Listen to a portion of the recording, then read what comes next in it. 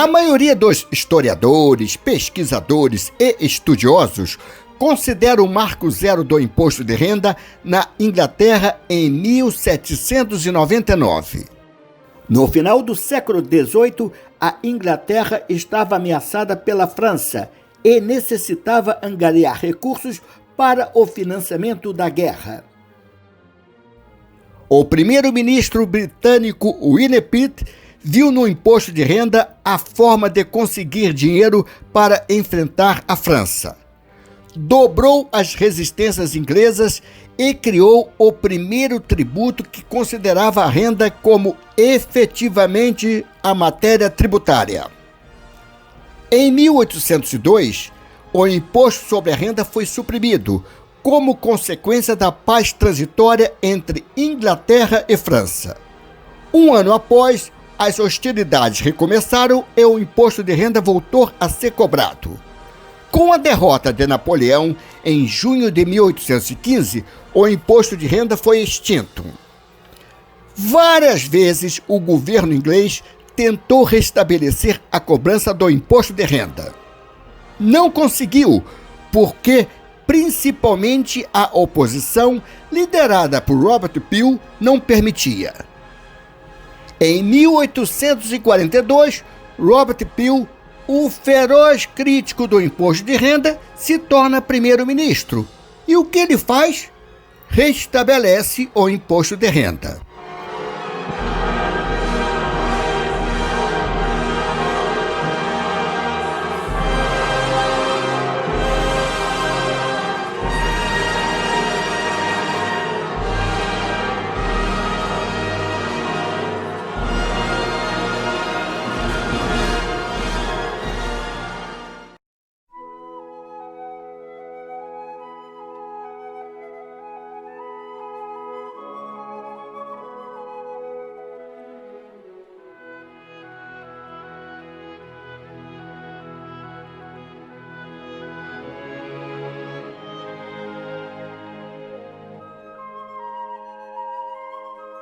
O imposto de renda foi instituído no Brasil em 31 de dezembro de 1922, por força da Lei nº 4.625. O inciso 7º do artigo 31 determinou que, até 1924, o Poder Executivo providenciaria as medidas necessárias para que a arrecadação se tornasse efetiva. Foi criado o grupo de trabalho que ficou sob a responsabilidade de Souza Reis, que viria a ser o primeiro delegado-geral. Em 4 de setembro de 1924, foi editado o primeiro regulamento do imposto de renda. O prazo de entrega da declaração foi fixado em 14 de novembro de 1924, muitíssimo curto. Não houve alternativa senão adiar o prazo para 14 de março de 1925. Havia pouco tempo para selecionar os funcionários, treiná-los e conseguir sede para abrigar a nova repartição. Em cada capital de estado havia uma delegacia e no Distrito Federal, então Rio de Janeiro, a administração central, denominada Delegacia Geral. Procurou-se no Rio de Janeiro um local para abrigar a Delegacia Geral. O prédio do Ministério da Fazenda, localizado na Avenida Passos, estava com todas as salas ocupadas. Foi lembrado que, em 1922, ocorreu a Exposição Internacional do Centenário da Independência e que funcionou até meados de 1923. Alguns prédios estavam sem utilização e poderiam acolher a Delegacia Geral.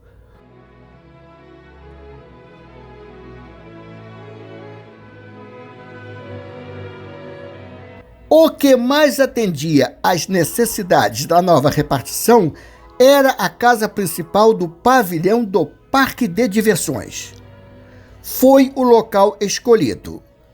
Pode soar estranho que a primeira sede da Delegacia Geral do Imposto de Renda tenha sido no antigo Parque de Diversões, mas o prédio era adequado, os brinquedos estavam noutra área e desativados.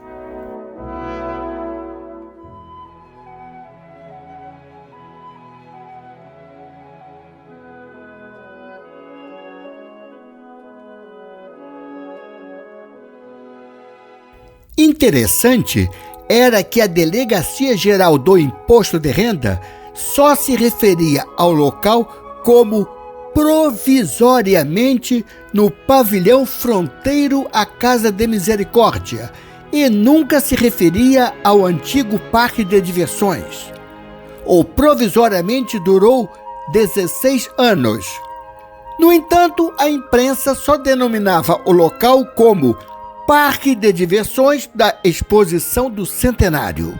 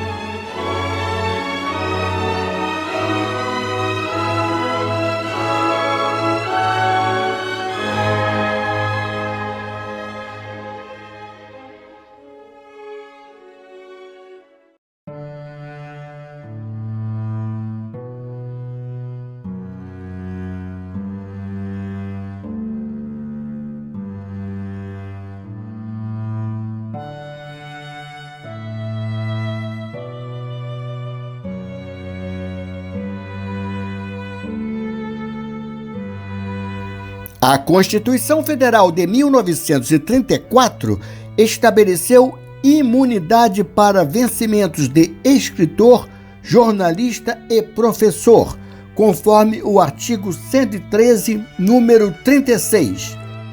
Nenhum imposto gravará diretamente a profissão de escritor, jornalista e professor. Os rendimentos tributáveis eram divididos em cédulas de acordo com a origem do rendimento. Iam das letras A até G. No exercício de 1948, foi instituída a cédula H para outros rendimentos. Por exemplo, na cédula C, tínhamos rendimentos do trabalho assalariado. Na F, lucros.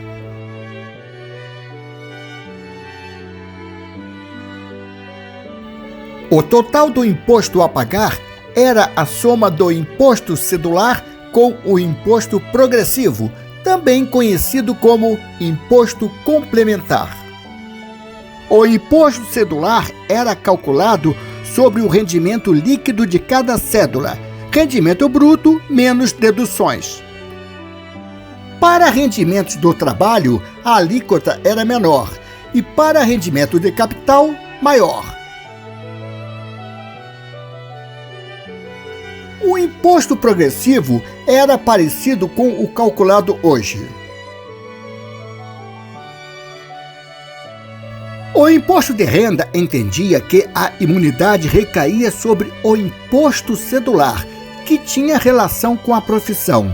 Porém, interpretava que o imposto progressivo incidia sobre os rendimentos e não sobre a profissão. A profissão era uma coisa e os rendimentos outra. Não havia imunidade para imposto progressivo, no entendimento do imposto de renda.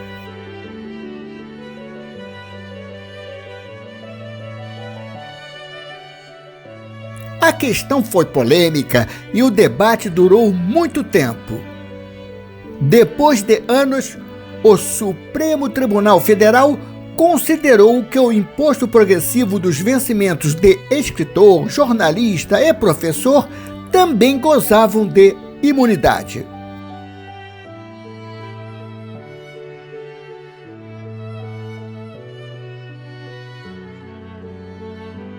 A imunidade foi revogada em 1964 por meio da Emenda Constitucional número 9, de 22 de julho de 1964.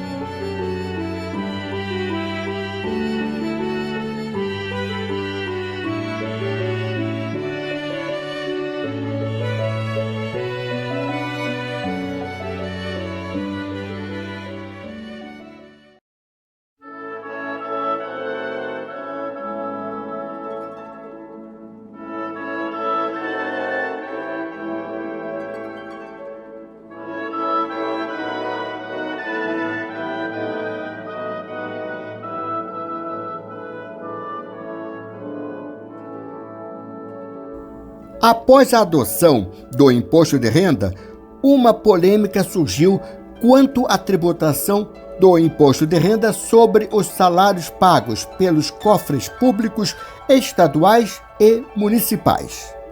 As instruções da Delegacia Geral do Imposto de Renda deixavam patente a imunidade das rendas dos funcionários públicos estaduais e municipais. Posteriormente, a renda dos servidores oriunda dos cofres públicos estaduais e municipais foi cobrada, de acordo com o novo entendimento da Delegacia Geral. Os contribuintes não se conformaram e ações judiciais foram impetradas. A discussão se arrastou por vários anos, chegando ao Supremo Tribunal Federal, que confirmou a inconstitucionalidade da cobrança. A não cobrança dos vencimentos dos funcionários públicos estaduais e municipais tinha respaldo numa interpretação do artigo 10 da Constituição vigente, a de 1891. Artigo 10. É proibido aos estados tributar bens e rendas federais ou serviços a cargo da União e reciprocamente. No final da década de 1930, em pleno Estado Novo, o governo editou o Decreto-Lei número 1564 de 1939, tratando da matéria e ignorou a soberania do Poder Judiciário. Decreto-Lei número 1564, de 5 de setembro de 1939. Confirma os textos da lei decretados pela União que sujeitaram ao imposto de renda os vencimentos pagos pelos cofres públicos estaduais e municipais. O presidente da República, usando da atribuição que lhe confere o artigo 180 da Constituição e para os efeitos do artigo 96, parágrafo, considerando que o Supremo Tribunal Federal declarou a inconstitucionalidade da incidência do imposto de renda decretado pela União no uso de sua competência privativa sobre os vencimentos pagos pelos cofres públicos estaduais e municipais? Considerando que essa decisão judiciária não consulta o interesse nacional e o princípio da divisão equitativa do ônus do imposto, decreta. Artigo único. São confirmados os textos da lei, decretados pela União, que sujeitaram ao imposto de renda os vencimentos pagos pelos cofres públicos estaduais e municipais, ficando sem efeito as decisões do Supremo Tribunal Federal e de quaisquer outros tribunais e juízes que tenham declarado a inconstitucionalidade desses mesmos textos.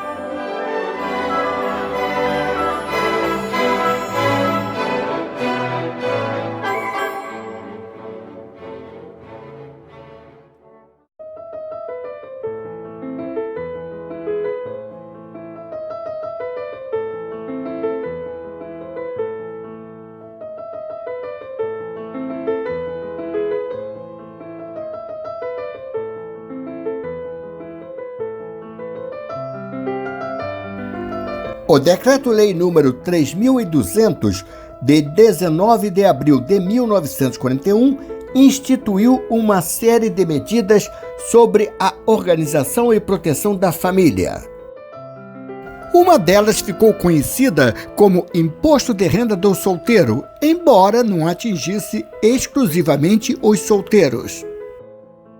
Os contribuintes do imposto de renda, solteiros ou viúvos sem filhos, maiores de 25 anos, pagavam o adicional de 15%, e os casados, também maiores de 25 anos, sem filho, pagavam o adicional de 10% sobre a importância a que estavam obrigados do mesmo imposto.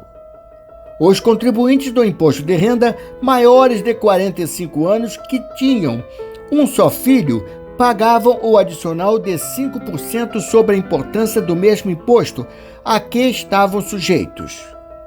O objetivo do governo era incentivar a prole do contribuinte do imposto de renda, pois tinha mais recursos financeiros para dar uma boa educação.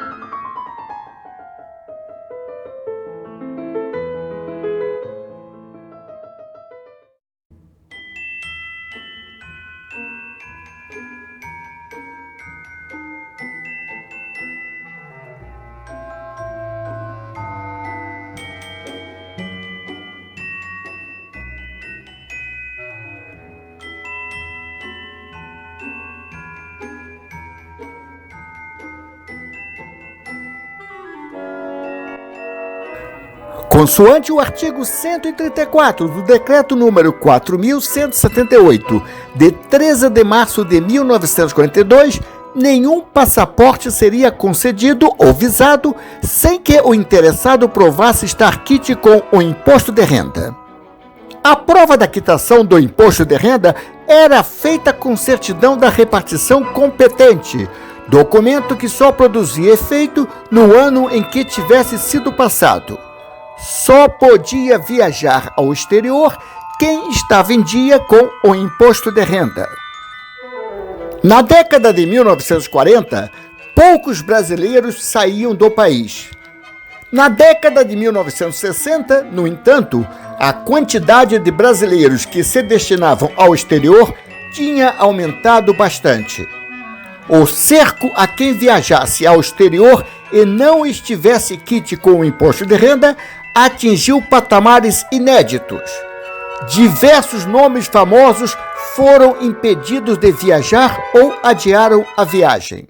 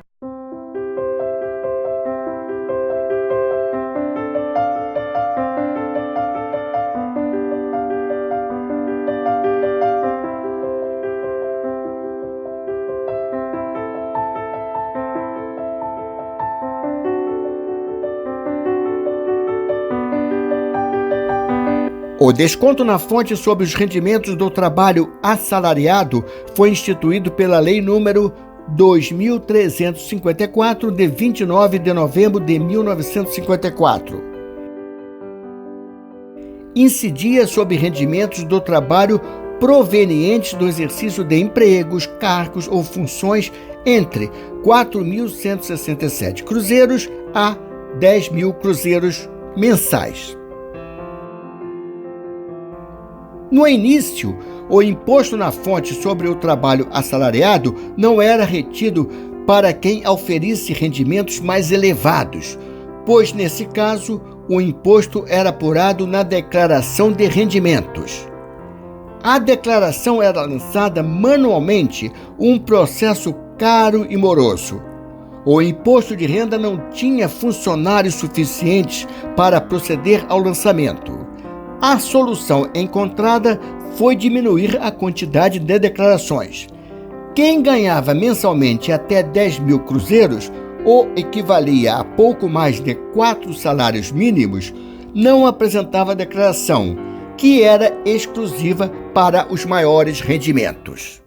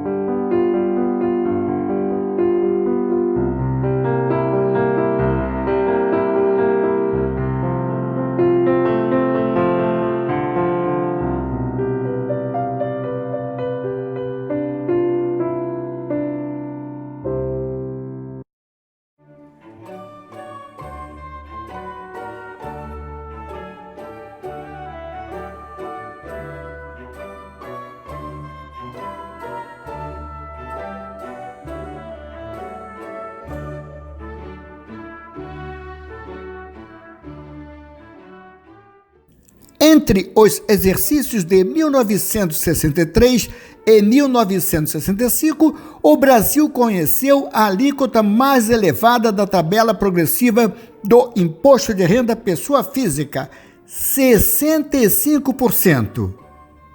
A tabela é motivo de debate e discussão, pois é importante para a arrecadação tributária e para se fazer justiça fiscal. Sobre a tabela, há afirmações verdadeiras e falsas. Vamos ver o que é fato e o que é lenda. Se forem criadas alíquotas mais elevadas na tabela progressiva, sempre será feita a justiça fiscal. Lenda: os rendimentos podem ser classificados em tributáveis, isentos e não tributáveis e sujeitos à tributação exclusiva e tributação definitiva. A tabela é aplicada para rendimentos tributáveis, onde estão incluídos os provenientes do trabalho. Nos rendimentos isentos temos, entre outros, lucros e dividendos. Entre os rendimentos sujeitos à tributação exclusiva, temos as aplicações financeiras e, na tributação definitiva, ganhos de capital. A tabela progressiva é fundamental para se fazer justiça fiscal. Porém, se a alteração na tabela não for acompanhada de revisão dos rendimentos isentos e dos sujeitos à tributação exclusiva, só vai aumentar a diferença entre o imposto pago pelo trabalho e o pelo capital. O imposto de renda de aplicações financeiras e de ganhos de capital não é calculado pela tabela progressiva. O valor atual da isenção na tabela é muito baixo. Verdade. Em valores corrigidos, a isenção em 2019 é uma das mais baixas da história. Se compararmos a isenção de 2019 com a de 1996, observamos uma enorme defasagem.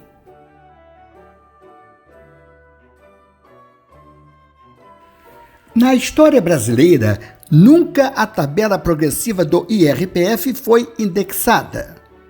Lenda: por força da Lei nº 3.898, de 19 de maio de 1961, os valores da tabela progressiva do IRPF foram indexados pelo salário mínimo. Vigorou durante 3 exercícios. O valor na tabela progressiva, acima do qual todos se enquadram na mesma alíquota, é muito baixo. Verdade. No exercício de 2019, quem tinha uma base de cálculo de 7 salários mínimos se enquadrava na alíquota de 27,5%, e quem tinha uma base de cálculo de 7.000 salários mínimos também estava na alíquota de 27,5%.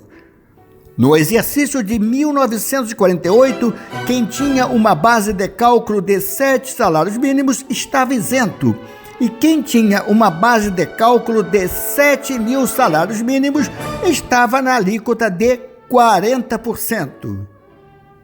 No exercício de 1963, quem tinha uma base de cálculo de 7 salários mínimos estava isento, e quem tinha uma base de cálculo de 7.000 salários mínimos se enquadrava na alíquota de 65%.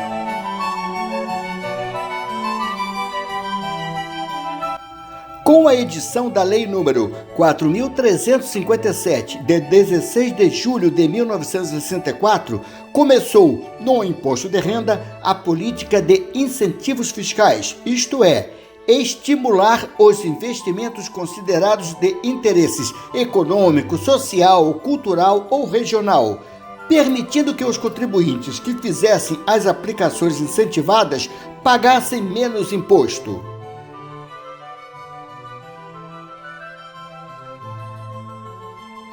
Muito antes de o mundo estar preocupado com questões ambientais, o imposto de renda apoiava a ecologia. A Lei nº 5.106, de 2 de setembro de 1966, dispunha sobre incentivos fiscais concedidos a empreendimentos florestais.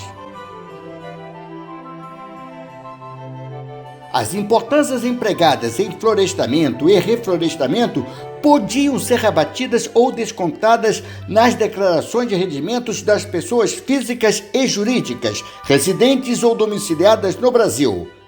Vigorou do exercício de 1967 até o exercício de 1981. Um incentivo fiscal conhecido foi o Certificado de Compra de Ações, criado por meio do Decreto-Lei número 157, de 10 de fevereiro de 1967. A partir da declaração de rendimentos do exercício de 1967 até o de 1983, foi facultado à pessoa física reduzir do imposto devido o valor aplicado na aquisição de ações. O objetivo era oferecer ao contribuinte a possibilidade de investir em compra de ações com uma parte do dinheiro destinado ao pagamento do imposto de renda.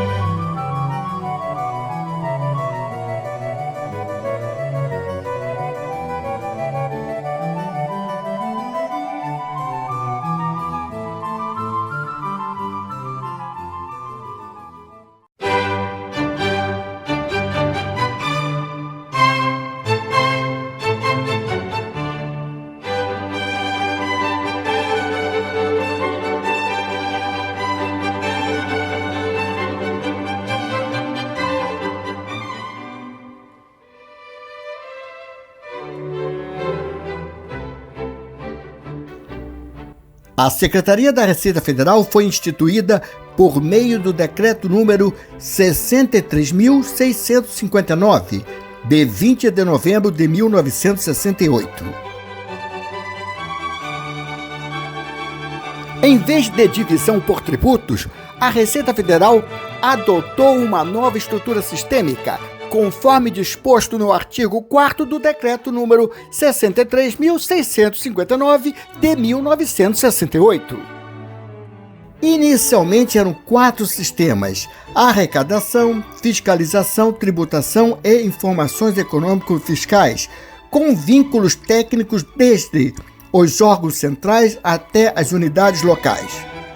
Com a Receita Federal, houve maior integração fisco-contribuinte, sem que se prejudicassem as atribuições regimentais. Nessa linha, em 1970, foi lançado o primeiro jingle da Receita Federal e do Imposto de Renda, cantado por Elisete Cardoso, uma das maiores cantoras da música popular brasileira. Vamos ouvir a música.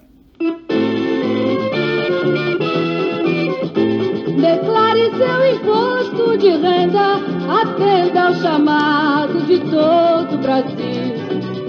Quanto mais cedo você pagar, mais dinheiro você vai ganhar. E você cumpre o seu dever e ainda vai receber. Declare seu imposto de renda, atenda ao chamado de todo o Brasil. Segundo jingle. Mesma música e letra diferente. Declare seu imposto de renda, atenda ao chamado de todo o Brasil.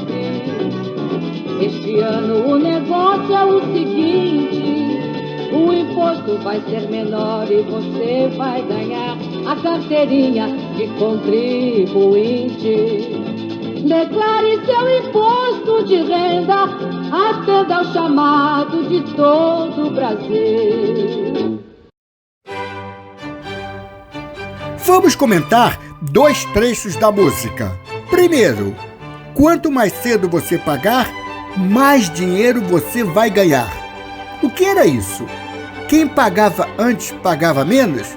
Sim. Dos exercícios de 1948 a 1965, havia desconto para quem pagava em janeiro, fevereiro ou março. Em 1948, os descontos eram 5% se pago em janeiro, 3% em fevereiro e 1% em março. Em 1975, os descontos eram 8% se pago em janeiro, 6% em fevereiro e 4% em março. O segundo comentário: você vai ganhar a carteirinha de contribuinte. O jingle é do início de 1970 e o CPF foi instituído pouco mais de um ano antes. A carteirinha a que se refere a letra era o SIC, Cartão de Identificação do Contribuinte, que, na época, a Receita Federal enviava por correio a todos os cadastrados. A Receita Federal teve duas identidades visuais. A primeira de 1971 e a atual de 2002. As duas imagens guardam semelhanças. Ambas têm um objeto circular ao centro, circundado por 4 figuras iguais. O objeto circular central representa a moeda como símbolo do tributo pago.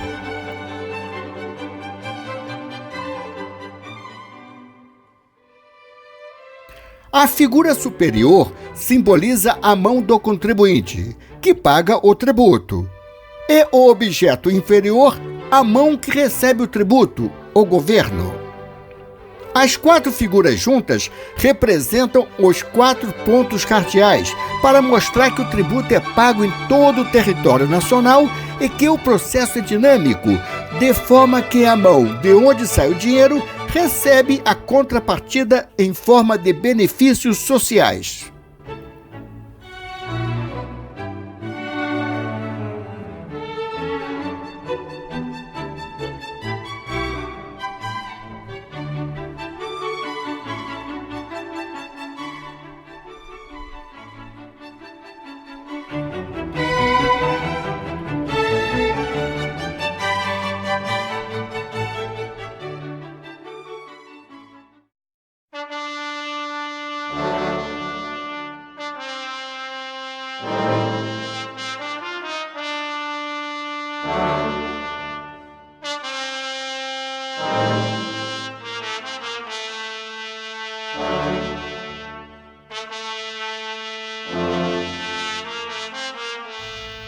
Nas décadas de 1970 e 1980, a Receita Federal, tal como outros órgãos federais, dispunha de verba para campanha institucional. Na Receita, o grande usuário dessa verba era o Programa Imposto de Renda, PIR. No final de 1979, a agência de propaganda contratada pela Secretaria da Receita Federal preparava a campanha institucional para divulgar o Programa Imposto de Renda, PIR, do exercício de 1980, quando foi sugerido o leão como símbolo do PIR 1980. De início, a ideia teve reações diversas, mas mesmo assim a campanha foi lançada. A escolha do leão levou em consideração algumas de suas características. É um animal nobre que impõe respeito e demonstra sua força pela simples presença. É o rei dos animais, mas não ataca sem avisar. É justo. É leal.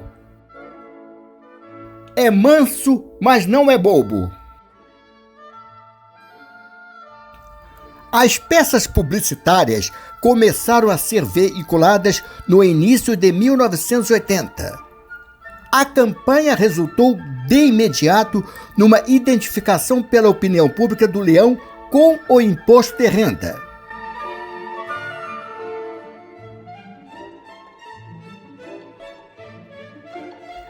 A primeira peça institucional do leão foi apresentada em janeiro de 1980. O objetivo era apresentar o leão ao contribuinte. Aparecia o domador abraçado com o leão. O projeto de divulgação previa correlação entre as propagandas apresentadas na imprensa escrita e na televisão. O filme veiculado em janeiro tinha o domador e o leão, tal como mostrado nos jornais e revistas.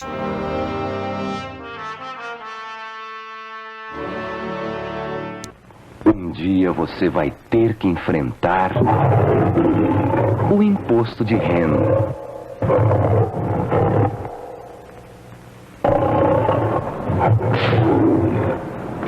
Mas não precisa ter medo. Ninguém quer te arrancar um pedaço. Guarde os seus comprovantes de despesas, de investimentos e de retenção na fonte. Em fevereiro, você recebe o manual de instruções e os formulários. Faça a sua declaração com toda a calma.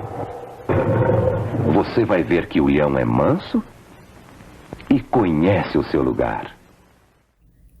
Em fevereiro de 1980, a Receita Federal distribuiu para os contribuintes manuais de orientação e formulários. A campanha mostrava o leão fazendo a entrega do material.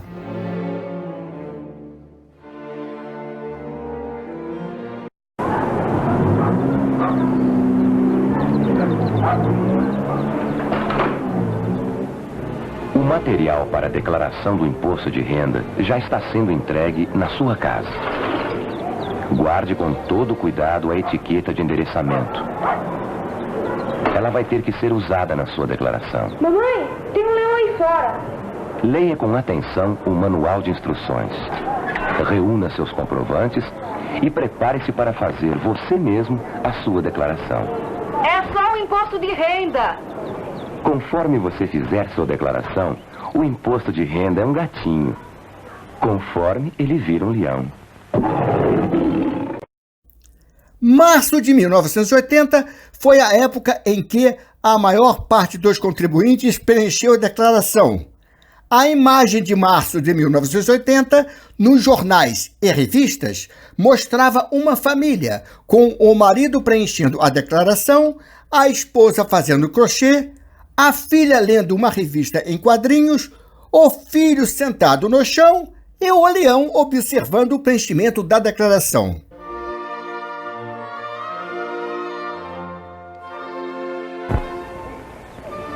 Você pode pensar que o imposto de renda está de boca, prontinho para te arrancar um pedaço. Mas não é verdade. Leia com atenção o manual de instruções. Escolha o formulário adequado. Coloque a etiqueta. Assine corretamente e entregue a sua declaração em dia. Você vai ver que o leão não quer ficar com a parte do leão. O sucesso foi absoluto. Em 10 anos foram realizados mais de 30 filmes.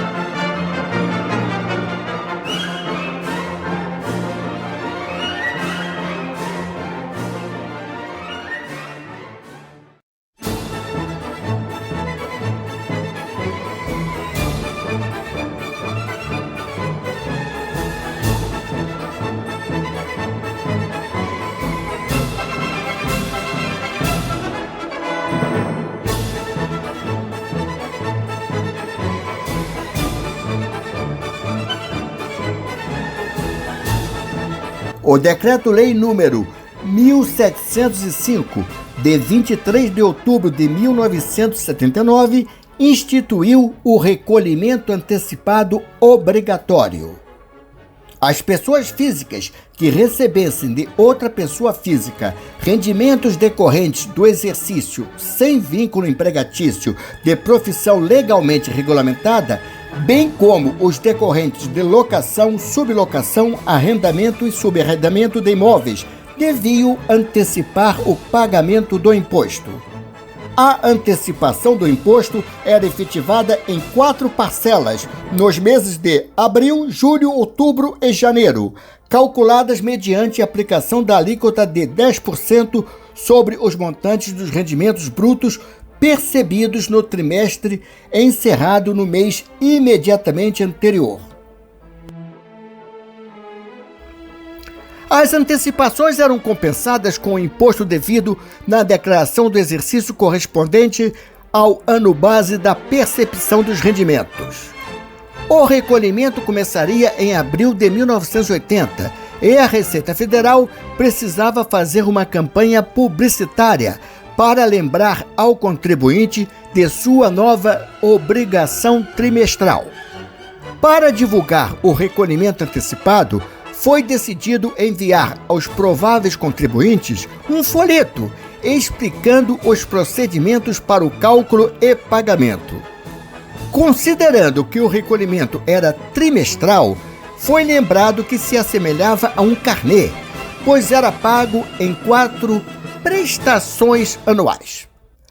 Paralelamente, o símbolo do leão acabava de ser lançado e com ampla aceitação. Daí a denominação carnê-leão, que foi logo assimilada e assim ficou conhecido o recolhimento obrigatório. No primeiro folheto do carnê-leão havia um exemplo de documento de arrecadação de receitas federais, DARF, preenchido. Alguns contribuintes interpretaram que o valor do exemplo era o que devia ser pago e recolheram igual importância. Pagaram exatamente 5.700 cruzeiros. No folheto do segundo trimestre de 1980, o exemplo de DARF tinha a palavra modelo.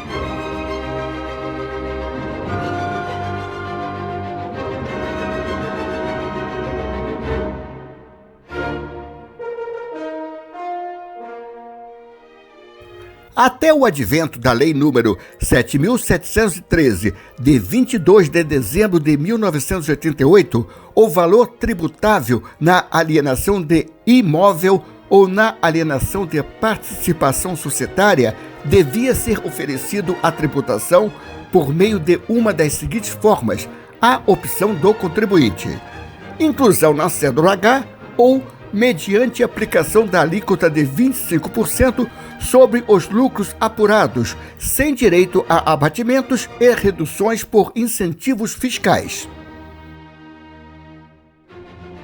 Havia, inclusive, formulários próprios para a apuração: demonstrativo de apuração do lucro imobiliário, DALI, declaração de alienação de participações societárias, TAPs,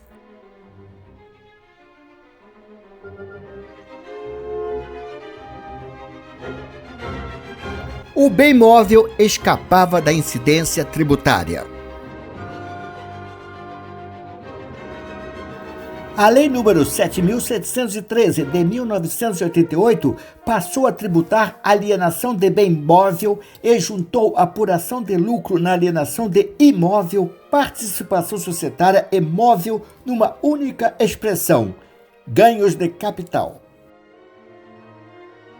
Até então, a legislação do imposto de renda não se referia a ganhos de capital. O nome gerou certa confusão, pois muitos entenderam como ganhos de aplicações financeiras.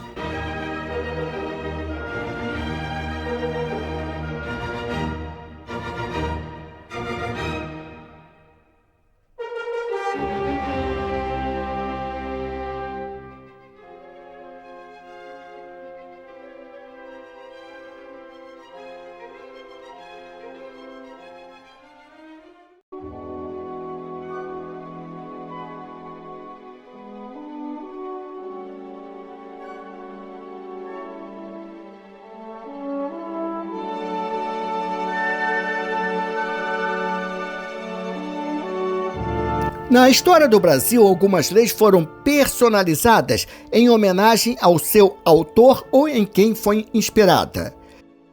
Em 1850, a Lei Eusébio de Queiroz, que proibiu o tráfico de escravos no Brasil, homenagem ao autor e então ministro da Justiça.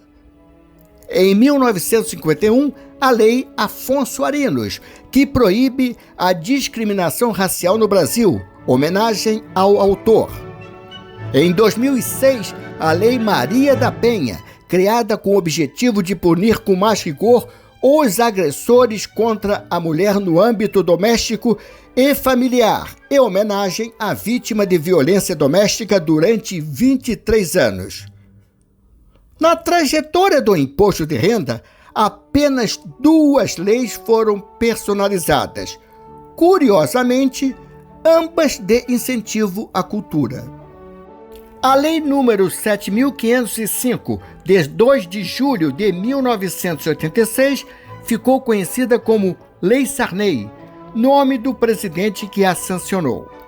Permitia abater da renda bruta os valores de doações, patrocínios e investimentos realizados a favor de pessoa jurídica de natureza cultural.